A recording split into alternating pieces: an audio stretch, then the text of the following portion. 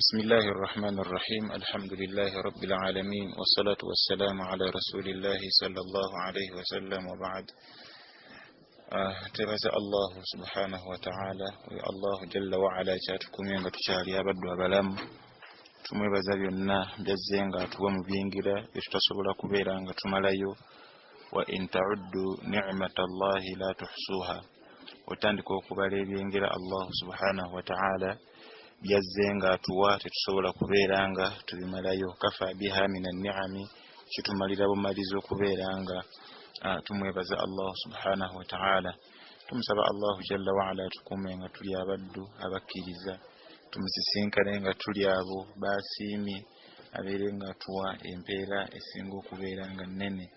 Tumusaba Allah jalla wa ala ayongere okusaasira ebyengera n'emirembe ku mbaka Muhammadin sallallahu alayhi wa sallam. Olw'omulimu gw'ebbeeyi gwe yakola obusiraamu buno okubeera nga bututuukako, tegwali mulimu mwangu, kwali okuyingirizibwa okw'ekika ekya waggulu n'okutoba omubaka Muhammad sallallahu alayhi wa sallam kwe yayitamu. Nze naawe tusobole okubeera nga tuli abaddu abasiraamu abagenda okubeera nga beesiima mu maaso g'owekitiibwa Allahu tabaraka wa ta'ala. Baganda bange abalungi, bakubiriza tutya Allah subhanahu wa ta'ala haithu ma kunna, wonna we tubeera tuli tukimanye nti tugenda kusisinkana owekitiibwa Allah subhanahu wa ta'ala, abeere nga atubala buli kamu konna konna ke twakola. Kalibeera kalungi, omuddu agenda kubeera nga akasanyukira. Kalibeera kabi, omuddu agenda kubeera nga asaba Allah subhanahu wa ta'ala akantu ako kaleme kubeerawo kumpi naye, kabeere nga kali wala naye. Allah subhanahu wa ta'ala wagamba mu suratu Al-Imran, yawma tajidu kullu nafsin ma amilat min khairin muhdara. Olunaku olwo buli kalungi kewakola konna kagenda kubanga kali present. Wa ma amilat min su'in, ate konna kewakola nga kabi, yawaddu law anna bainaha wa bainahu amadan ba'ida, omuddu ajja kwegomba kalisinga akabyako kabeera distance naye nga tasobola nokubeera nga akalengera. Baganda bange abalungi, olunaku olwaleero lwakubiri, olunaku lwetusomerako ekitabo kyaffe ahkamul janaizi wa bid'aha, amateeka agakwatagana ku kuteekateeka baganda baffe abo Allah subhanahu wa ta'ala bazze nga akola ki, babeera atujjuluddeko. Oteekateeka otya muganda wo, otandika otya okubeera nga omuteekateeka. Twatandikira ddala eri ng'omusiraamu oba omuddu yenna ali ku ndiri, biki byateekeddwa okukola nga ali ku kitanda ku ndiri, obulwadde bumunyiinyiitiddeko. Ne tulaba abeera bamulinaanye kye balina okukola. Ne tulaba omuntu nga yakafa, ebiteekeddwa okubeera nga bimukolebwako. Ne tulaba abooluganda b'omufu, biki ebibakakatako okubeera nga bakola. Ne tulaba ebiri haramu eri ab'enganda z'omufu okubeera nga tebabikola ng'omufu waabwe amaze okubeera nga abafaako. Olunaku olwaleero biiznillahi tabaraka wa ta'ala, mu kitabo kyaffe Sheikh yazzaako omusomo ogugamba nti alamatu husnil khatima, obubonero bw'olabirako nti taata wange Allah subhanahu wa ta'ala amuwadde enkomerero ennungi. Ffenna oba oliawo gye tusaba, buli muntu yenna asaba nnyo Allah subhanahu wa ta'ala amuwe enkomerero esinga okubeera nga nnungi, enaabeera nga emusanyusa nga ajjulukuka okugenda mu maaso g'ekitiibwa Allah subhanahu wa ta'ala. N'ensonga eyo Nabi Muhammad sallallahu alayhi wa sallam yatubuulira obubonero nga bw'obeera obulabye ku muganda wo yenna omusiraamu, omanya nti oba oliawo Allah subhanahu wa ta'ala musiimu eri muganda wange ono olw'akabonero gundi oba gundi k'oba omaze okubeera nga omulabako. Sheikh rahimahullah agamba alamatu husnil khatima, obumu ku bubonero obulaga nti omuntu afudde enfa ennungi oba enkomerero ye ebadde ennungi. Agamba thumma inna shari'a al-hakim قد جعل علامات بينات يستدل بها على حسن الخاتمة. Obusiraamu buno obulungi bwabeera nga butubuulira ne butudirectinga ne butunnyonnyola obumu ku bubonero nga oba okalabye akamu kubo oba obubiri oba bwonna nobeera ng'obulabye ku muganda wo omusiraamu bubeera bulaga nti enfaaye ebeera nnungi. katabaha Allah subhanahu wa ta'ala bifadlihi wa mannihi. Allah jalla wa ala olw'obulungi bwe n'okutwagala yabeera nga abutubuulira such that omuntu wabanga kugenzeko mu mbeera eyo bw'olinako omulabyeko ku bubonero obwo ofuna essanyu oba kamwenyumwenyu ku matama. fa ayyama mri'in mata bi ihdaha kanat bisharatan lahu. yenna omusiraamu abeera afudde n'akamu ku bubonero obwo gabeera mawulire ga ssanyu gyali. naffe okutwaliza wamu abeera basigadde ku nsi tugamba nti oba oli awo gyalaze Allah subhanahu wa ta'ala musiimu gyali nga n'obubonero obwo bwe buno wammanga ke tugenda okusooka okubeera nga tulaba number 1 au al-awwal nutquhu bishahadati inda al-mauti. omuddu ono okubeera nga ayogera kalimatu shahada ekigambo la ilaha illa Allah muhammadun rasulullah. kubeera nga ekigambo ekyo kyekisembyeyo ku lulimi lwe. omuntu kasita abeera nga ekigambo ekyo kyekisembyeyo ku lulimi lwe oyo nno mwanattu abeera yeesiimye mu maaso g'owekitiibwa Allah subhanahu wa ta'ala. anti nabbi Muhammad sallallahu alayhi wa sallam yagamba mu hadithi alladhi akhrajahu al-hakim wa ghayruhu bi sanadin ngeva ku Mu'adh bin Jabal radiyallahu anhu agamba nabbi Muhammad sallallahu alayhi wa sallam man kana akhiru kalamihi la ilaha illa Allah dakhala al-janna. oyo yenna Allah subhanahu wa ta'ala gwasasira namuwa ekyengera ekigambo la ilaha illa Allah nikibeera nga kyekisembyeyo ku lulimi lwe dakhala al-janna. omuddu oyo Allah subhanahu wa ta'ala amuyingiza ejjana ey'ekitiibwa. nga kyekigambo ekisembyeyo ku lulimi lwo n'obanga wakamala okukyogera bwe kapa Allah subhanahu wa ta'ala nagira malakul maut neberanga kutwalamu omwoyo gwo manya bumanya tinno Allah subhanahu wa ta'ala akuwadde ekyengera kyotalabangako anti ejjana yogenda kubeera nga ogiyingira straight away nga tewaliwo kubeeranga obuuzi bw'ekigambo n'ekimu. kalimatu shahada eno okugifuna baganda bange abalungi okukyogera ekigambo kino la ilaha illa Allah temulowooza nti mulimu mwangu, temulowooza nti kyangu nti buli muntu yenna aba ayagala okubeera nga akola ki, aba ayagala okubeera nga akyogera. bangi baagala okukyogera naye ne kibalema. kalimatu shahada olina kugikolerera ng'okyali mulamu. yenna ayagala okwogera ekigambo kino kibirenga kyekisembayo ku lulimi lwe ku lunaku luli Allah lwagenda okumutwala tandika kaakati okubeera ng'okikolerera. awwalan yitiriza nnyo okutendereza Allah kibirenga tekiva ku lulimi lwo. naam omuntu ogenda okuyinza okusanga omuntu n'afuna ekimukanga n'ayogera ekigambo ekinene badala min kalimatu shahada. kati weebuuze nti singa okwe kuba kubadde okufa kuno ekigambo ekyo kyoyogedde ekinene ekizibu ekitazza na mukamwa wandibadde ofa mu nfaaki. okukyemanyiza okubeera ng'okyogera, okukikolerera, okukola emirimu emirungi Allah subhanahu wa ta'ala jajja okubeera nga akusiima najjo. bangi Sheikh Muhammad Buqna ash-Shahrani waliwo kastori kamu ke yanyumyako n'agamba nti yali ayita mu ddwaliro olunaku lumu nabeera nga bamukowoola bamugamba nti ya sheikh fulanun yahtadiru, eriyo oli ali ku njegoyego za kufa kumutuuseeko jangu obeerenga omulakkana omugamba agamba ekigambo la ilaha illa Allah. Sheikh Muhammad kyava abuuza nti abange tewaliiwo asobola kubeera nga akola mulimu ogwo okujjako nze? namugamba nti nedda, gwaliwo seeka jangu obeerenga okola ekyo. Sheikh Muhammad atuuka ku buliri bw'omulwadde yali ku buliri yasanga nga muvubuka mbula kalevu ka myaka 22 myaka 23 amulaba omwoyo gugenda. Sheikh Muhammad atandika okumugamba nti ya fulani kul la ilaha illa Allah, gamba la ilaha illa Allah. omuvubuka akanula maaso. addamu gamba la ilaha illa Allah, omuvubuka akanula maaso. Sheikh Muhammad anyumya agamba nti fa ashartu bi usbu'ayya, nendaza n'olugalo lwange mu maaso ge mugamba agambe la ilaha illa Allah. omuvubuka n'agaana. Sheikh Muhammad agenda okulaba omuvubuka akanula amaaso, amaziga ne gatandika okubeera nga gamutulukuka okuva mu maaso. era kalimatu shahada negana omuvubuka wayita bbiri n'afa naye nga takyogedde. Sheikh Muhammad agamba nti namulaba enkanula gyeyakanulamu amaaso neneyisa gyeyisaamu nga awulira ayagala ayogera ekigambo la ilaha illallah naye nga tasobola ng'alaga nti kiganye naye nga yandyagadde okukyogera. Sheikh Muhammad ensonga eyo nebeera nga yamuluma nnyo n'abuuliriza bannange ono kiki, lwaki omwana muvubuka akyali mwana muto limaadha kalimatu shahada emulemi.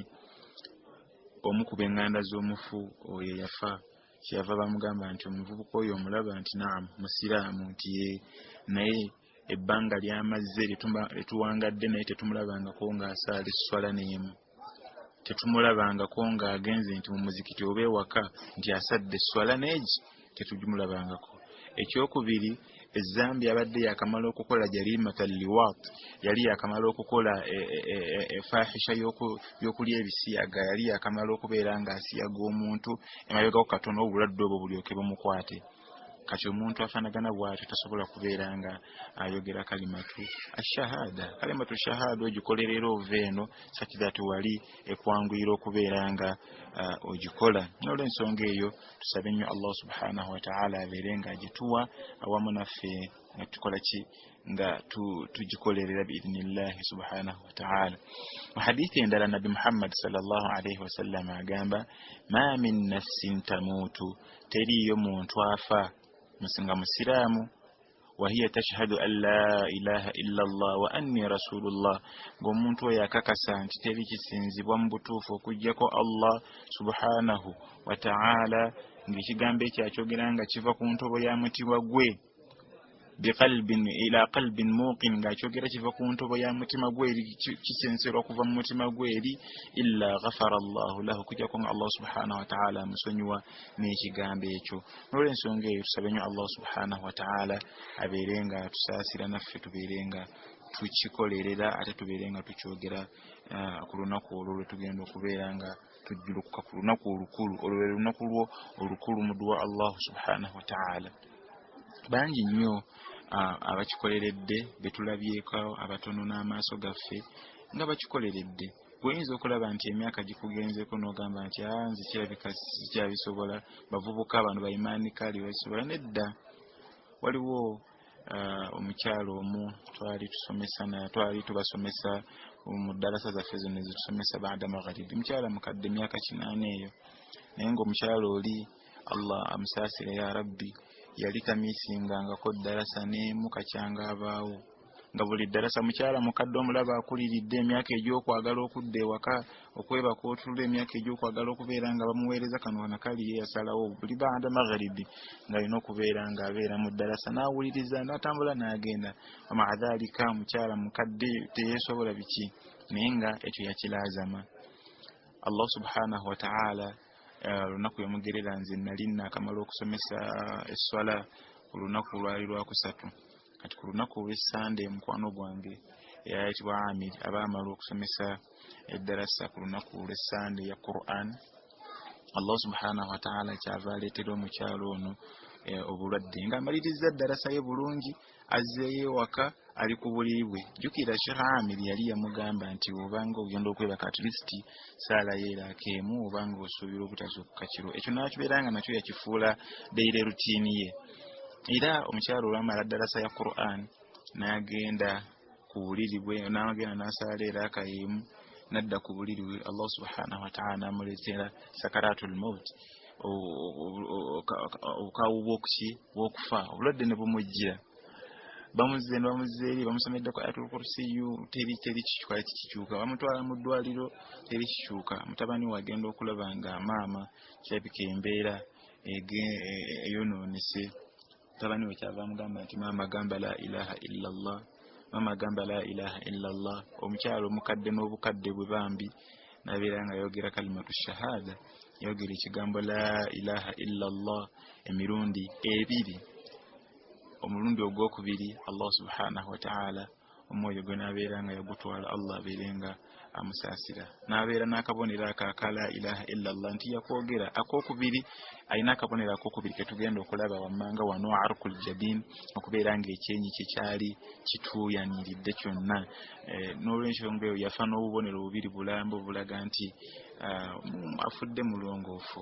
N'olw'ensonga eyo naawe osobola kakolerere kolera la ilaha illa Allah yonaayogera ng'ogenda okufa ng'okyali mulamu. N'olw'ensonga eyo ako ke kabonero akasooka. Hadithi endala ku nsonga eyo eva ku Talha bin Ubaidillah radiyallahu anhu agamba ra'a Umar Talha bin Ubaidillah thaqilan.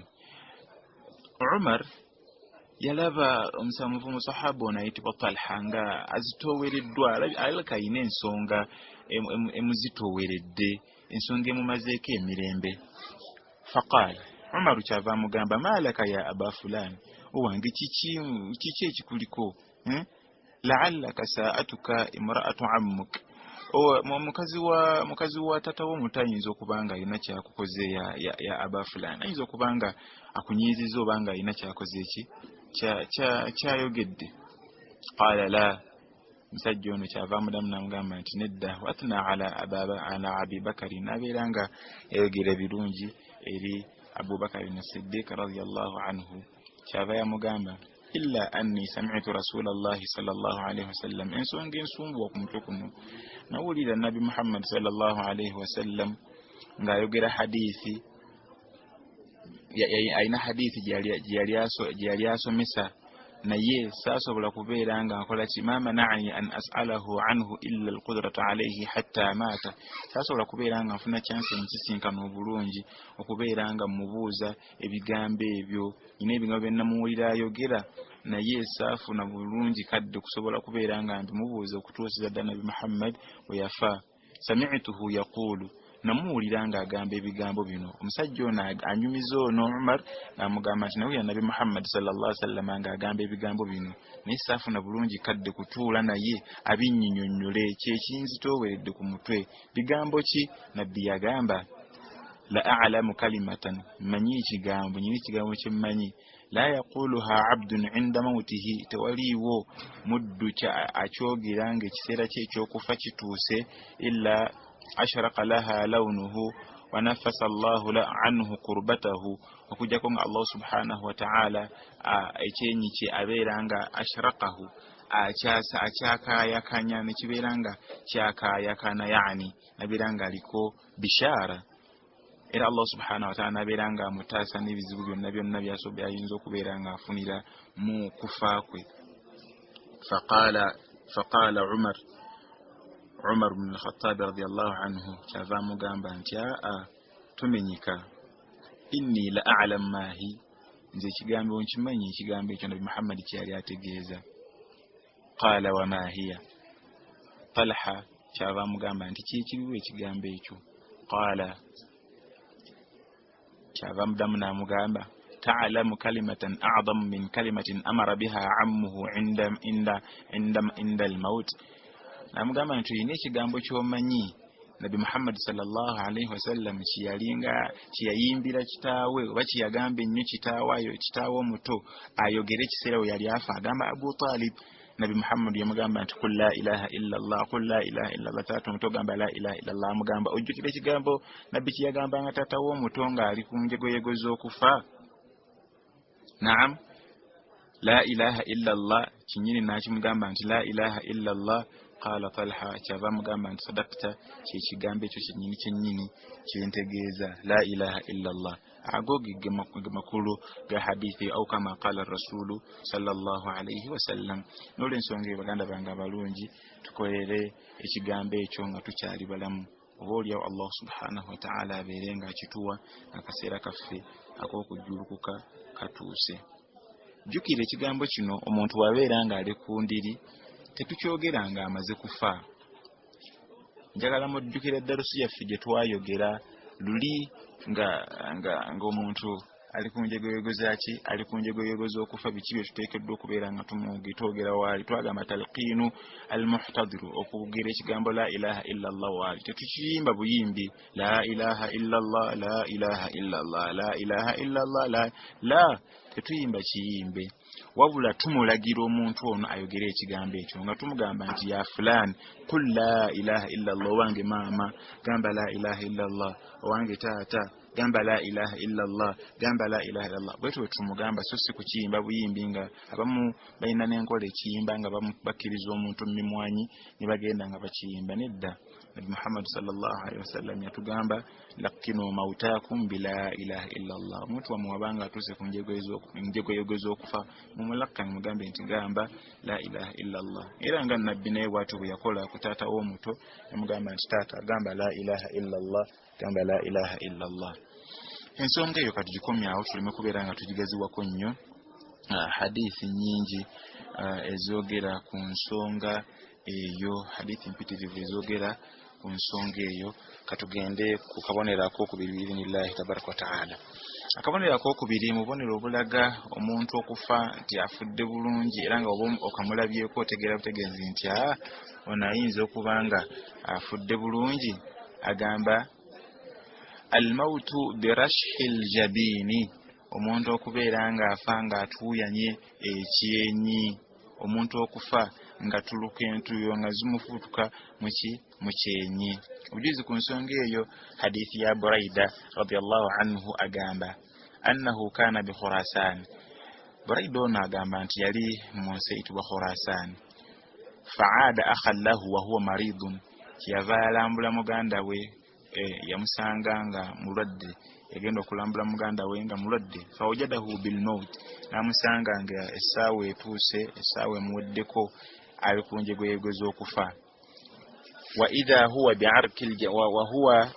idha huwa bi'arki jabini agenda okumulaba nga atuuyana ekyenyi yenna okufa malakul maut amutwalamu omwene nga ekyenyi kimutwala kimutuuyana faqal omusajja ono Buraida kyava agamba Allahu akbar Allah wa buyinza Allah munene سمعت رسول الله صلى الله عليه وسلم يقول نقول بك محمد صلى الله عليه وسلم أن أجاب موت المؤمن بعرق الجبين okufa kw'omuddu yenna ogola banti mukiriza yenna wabeera nga agenda okufa kw'omulabira bi'arqil jabini ekyenyi kye kituuyana. That's why Nabi Muhammad sallallahu alayhi wa sallam yali agenda okufa arakan shadida yakola ki yavaamu entuyana yatuuyana entuuyo nga nyingi nnyo. Aisha radhiyallahu anha nga wazisiimula bwe zikala kamu ku bubonero obulaga nti omuntu afudde bulungi arqul jabin omuntu okubeera nga atuuyanye ekyenyi. Naam. Akabonero akalala almautu laylatal jumu'ati omuntu okubeera nga afa ku lunaku olwokutaano au naharaha oba olunaku ekiro ky'olwokutaano oba emisana gw'olunaku olwokutaano. Omuntu afudde olunaku olwo either ekiro ky'olwokutaano oba emisana gw'olwokutaano kamu ku bubonero obulaga nti omuntu afudde bulungi min alamati husni al-khatima kabonero obulaga nti omuntu afudde bulungi. Nabi Muhammad sallallahu alayhi wa sallam yagamba ma min muslimin yamutu yawma al-jum'ati tewaliwo musiramu yenna afa ku lunaku lw'ejjuma yani emisana gw'olunaku lw'ejjuma aw laylatal jum'a oba ekiro ky'olunaku lw'ejjuma illa waqahu Allahu fi shantal qabri okutengwa Allahu jalla wa ala amutaasa ebibonerezo byomuntaana yani okufa olunaku lw'ejjuma nako kabonero kalungi. Era omuntu wabanga afudde olunaku lw'okutaano wabanga abadde mukozi wa mirimu mirungi alhamdulillah kamu ku bubonero obulaga nti omuntu afudde bulungi biidhnillahi tabaraka wa ta'ala. Obwo n'obulala biidhnillah tugenda kubeera nga tulabako obwo darusu yaffe eno obubonero bukyali bungi wano tugenda kubeera nga tubumalayo no lecture naddirira insha Allah subhanahu wa ta'ala olw'ensonga nti nyina bwate binyinza binjagala okubeera nga malirizako wano mu dakiika zino zennyini alhamdulillah kasita tulabyeko obusatu tujjemu ekyokuyiga. Kasooka ka la ilaha illallah, tugambe la ilaha illallah kugikolerera, si yakuleka bulesaawo, nedda olina okubeera ng'okolerera la ilaha illallah ng'okyali eno, sakira ati okufa kugenda okutuukako nga osobola bulungi okubeera ng'ojoogera. Akokubiri, omuntu okubeera nga afudde nga atuuyanye ekyenyi kyokubeera ng'omuntu afudde ekyenyi kituuyanye, kamu ku bubonero bw'omuddu abeera akoze ki, afudde obulungi. Akabonero akalala, omuntu okubeera nga afudde ekiro ky'olunaku lw'ejjuma oba emisana g'olunaku lw'ejjuma, oyo nno naye abeera afudde bulungi nga Nabi Muhammad sallallahu alaihi wasallam bwe yatulambikira ensonga eyo. Insha Allah subhanahu wa ta'ala omulundi ogujja tugenda kubeera nga tulaba akabonero akokuna akeetaaga okubeera buno obubonero obulala buddako wammanga buno mbulese olw'ensonga nti bulimu ebyokugaziya bingi, ate era ng'ogenda kubulaba nga bukwewuunyisa, ogambe nti kano nako kabonero kalungi, omuntu wabanga afudde aba afudde bulungi ono. Mbuleseeyo lwa nsonga kubanga buliko ebyokunnyonnyola bingi insha Allah subhanahu wa ta'ala, tebidagenda kubeera nga binsobozesa akadde kano katukume ku obwo. Tujja kulaba insha Allah obubonero obwo obuddako omulundi ogujja biidhnillahi azza wa jalla. Saba Allah omulungi ow'ekitiibwa atugase n'obugambo obwo abututere ku mizaani zaffe yawma alqiyama, innahu waliyu dhalika walqadiru alayhi. Allahumma amin. Hadha wa billahi tawfiq. Wassalamu alaykum wa rahmatullahi wa barakatuhu.